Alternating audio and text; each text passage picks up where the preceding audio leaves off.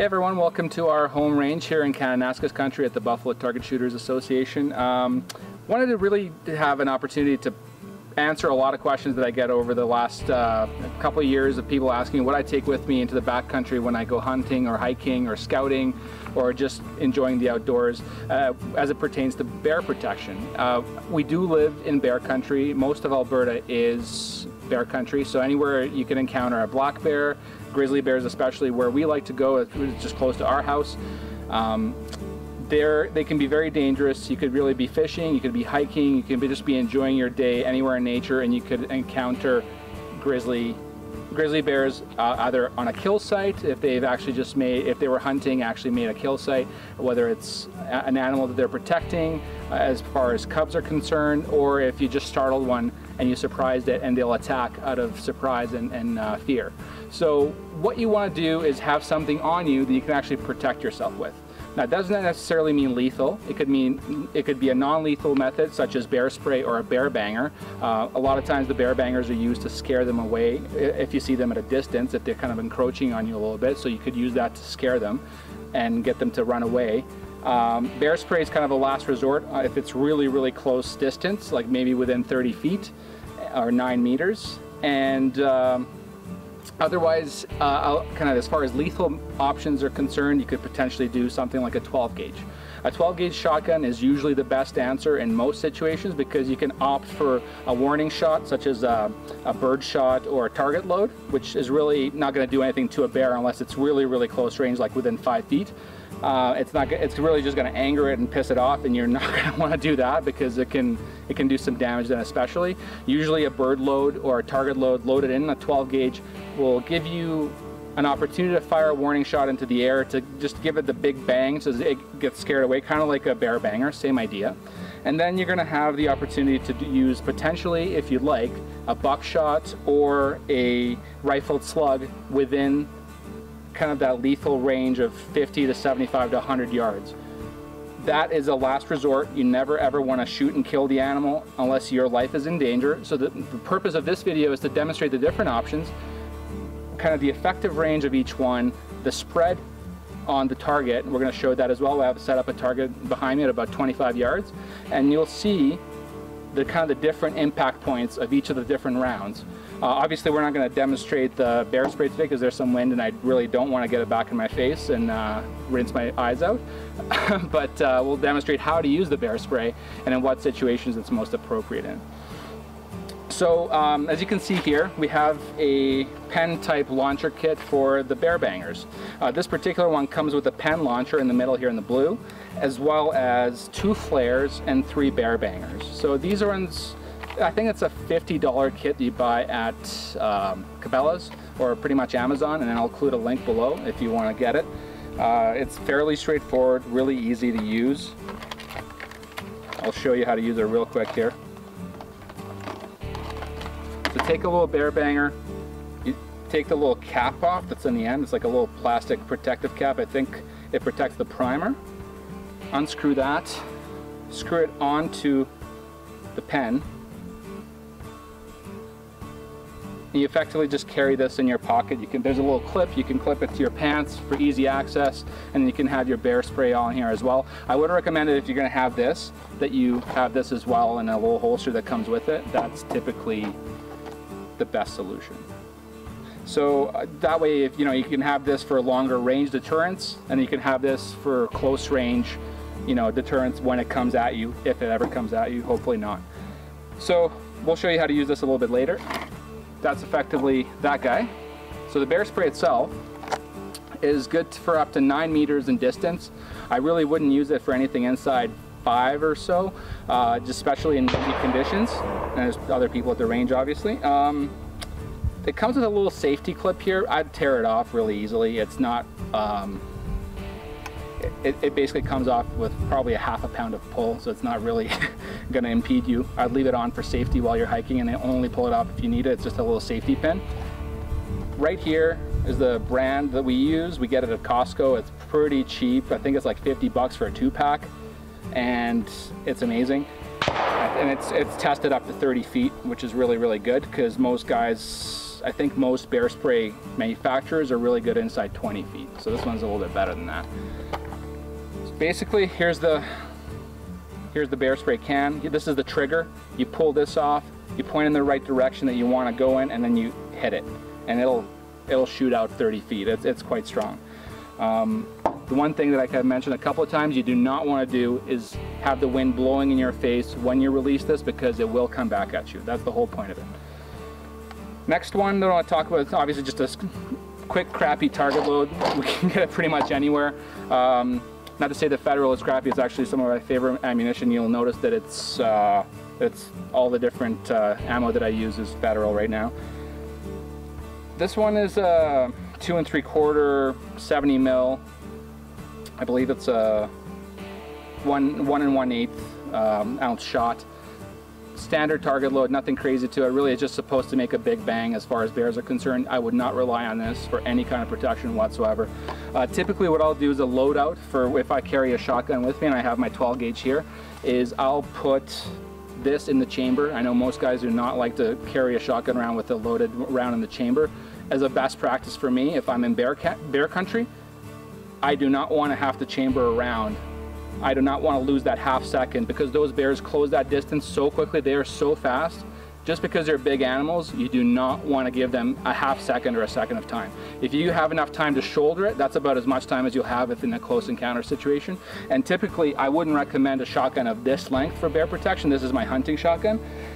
You'll want something like a Canuck Defender with a 12 gauge, which is about half this length overall. As you can see here, this is a fairly long shotgun, which is great for bird hunting and for geese and for ducks and waterfowl, because it can take magnum loads as well.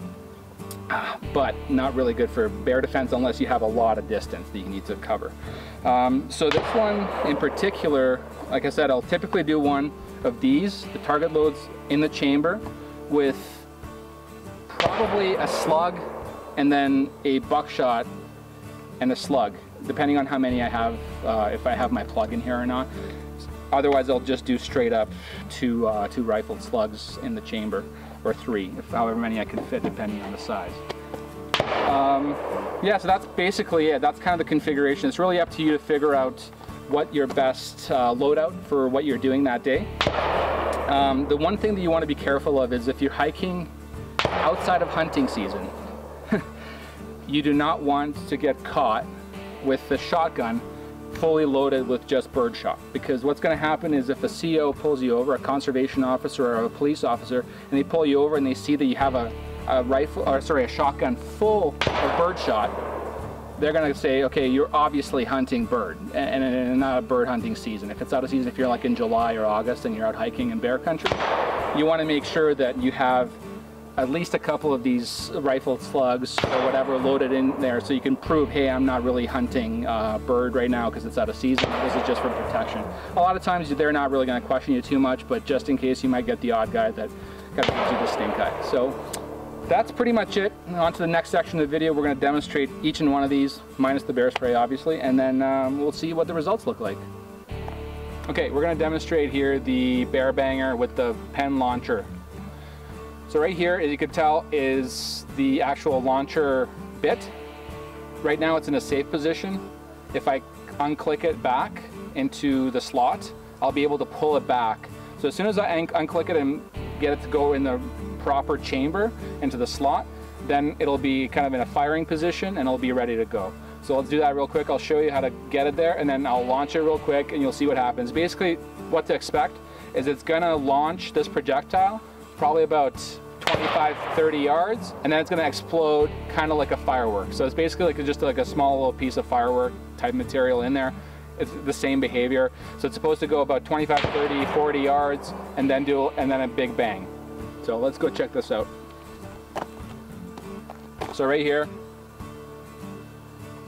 so right there, safety is off. I'm going to turn my headphones on.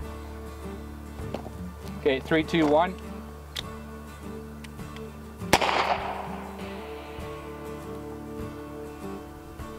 That's pretty much it. Not exactly a great big bang. That's more or less it. And these are a lot more expensive than 12 gauge, especially pretty much any one of them, I think. You can get a box of 5 rifled slugs for 10 bucks, and these are 50 bucks for a 3-pack. So go figure. So here it is, 12 gauge target load, 2 3/4 inch shot, 2 3/4, and I think 1 1/8 shot. So 2 3/4 is the length.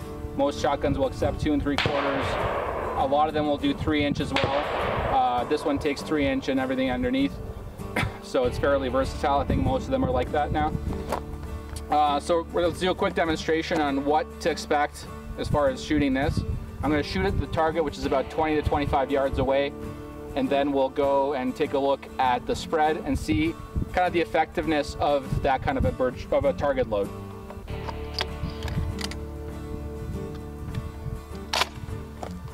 Okay, your eyes and ears on, safety's off, we're ready to shoot.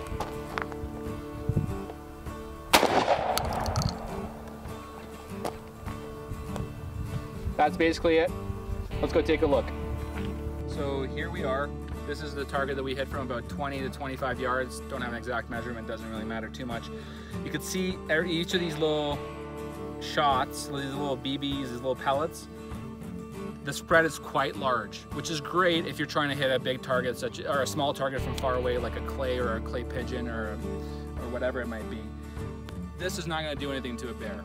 You're just going to make it really, really angry, which is not what we want to do. We want to do the exact opposite. This is great if you want to fire into the air, give it a quick warning shot, that's fine. So that's why I do not recommend using this for any kind of bear defense except for a warning shot. So next up we have our buckshot. So this is a 00 buckshot, 3-inch Magnum. So let's see what this does. Safety off, eyes and ears on.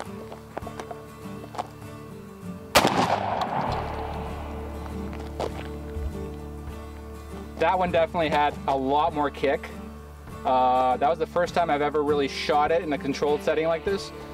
So let's go take a look and see what that looks like on the target. So let's take a look at our buckshot here, impact on the target. I guess my aim's not too bad because the main part of the buckshot, this is kind of where I was aiming, which is the dead center. This is the main part that's going to hit the animal. And then you have a whole bunch of smaller loads that are spread out throughout the target. That's the whole point of a buckshot, is to give one big point of impact and then a kind of a bigger spread, almost like a bird shot. So, sorry, I got a bug coming at me. That's effectively what you're gonna get out of buckshot. A lot of guys hunt deer with buckshot and slugs, so it's kind of a point of preference, really. I would say it's fairly effective within 50 yards. I wouldn't go much farther than that because the spread's gonna be a lot bigger. You're not gonna be able to get kind of a tighter group inside the target area that you're trying to hit. Now we're going to shoot the rifled slug. It's a 2 3/4 inch Magnum round with a slug. So you can see here, most of the shotgun shells are closed off and they're crimped at the ends, whereas the slug is an exposed lead piece that basically comes to about here. There's a lot of force behind a slug. It'll do a lot of damage. I think there's about 3,300 to 3,500 foot-pounds of force on impact on a slug round. So this, in one shot, could take down a very large grizzly bear if need be. Hopefully you never have to encounter that, but if you do, this is effectively anything that any of the Yukon, Northwest Territories, or Alaskan guides rely on. They'll usually carry a slug round inside their 12-gauge shotguns, or in the case of our American friends, they like to carry their sidearms on them. I would love to have a wilderness carry option in Canada, but unfortunately that's not legal right now. One day it might be, fingers crossed. Just because it's a lot easier to draw a small weapon as opposed to something this large, in case, especially if an animal's already on top of you. That's something that a lot of guys have found, that even if they're under attack, they're able to sometimes, not always, get to their sidearm, whether it's a chest rig or at their hip or even on their leg. So let's take a look at the slug. Let's fire it, see how it does, and then we'll inspect the target one more time. I've intentionally left the same target up for all 3 shots just so we can kind of compare and contrast what that looks like. So we'll put our eyes and ears on. Safety first.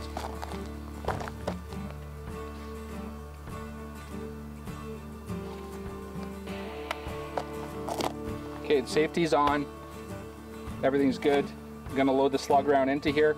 The one thing to note as well is when you're shooting a rifled slug out of a smoothbore barrel shotgun, which is what most of them are, especially for bird loads and other kinds of bird hunting activities, you'll want to use an improved cylinder choke or a cylinder choke. Those are the only two ones that are recommended by pretty much all manufacturers as far as using with rifle slugs. Generally they'll say use it with a cylinder choke because that's the same diameter as the inside of the barrel. It doesn't constrict the slug at all beyond what it's supposed to do. So right now I have an improved cylinder choke because I don't have a cylinder choke for my shotgun, but it's deemed safe. I can still shoot it. We'll see what happens.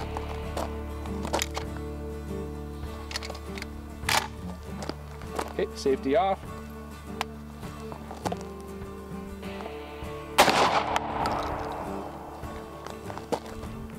Let's go take a look. Let's take a look at what the slug did to the target. Obviously my aim isn't perfect. This is where my buckshot hit. This is where one of my slug rounds hit. The diameter is a lot larger than the buckshot, the 00 buckshot, as you can tell here. But I would say that that'll do a lot more damage than just a buckshot. So as we have some neighbors here on the range, we're gonna sign off for today and say thank you very much. Thanks for watching. If you like what you see, please subscribe below. If you have any questions, comments, or ideas and suggestions for topics that you'd like us to cover, please leave them below in the comment box. Make sure we answer those and we get back to you as soon as we can. Also, follow us on Instagram and Twitter @FreeWhiteNorth.